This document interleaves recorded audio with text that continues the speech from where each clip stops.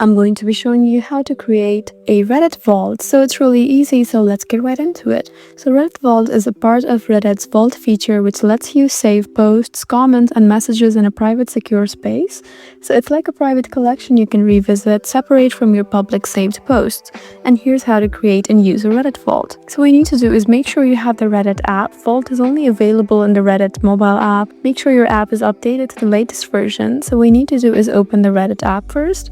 Be on your app library, search for Reddit, it's right there, just go ahead and open it. And after you've done so, what you need to do is look at the profile icon, just find it in your top right corner, and you need to find the option of Vault. So if you don't see it, then it may not be available in your region yet. So if you're in the region that actually has it, then all you need to do is tap on Vault, and you will have the option to create vault, and it's pretty simple from there. All you need to do is set a name for your vault and optionally add a password or biometric lock for extra security, and that's how you create a Reddit vault.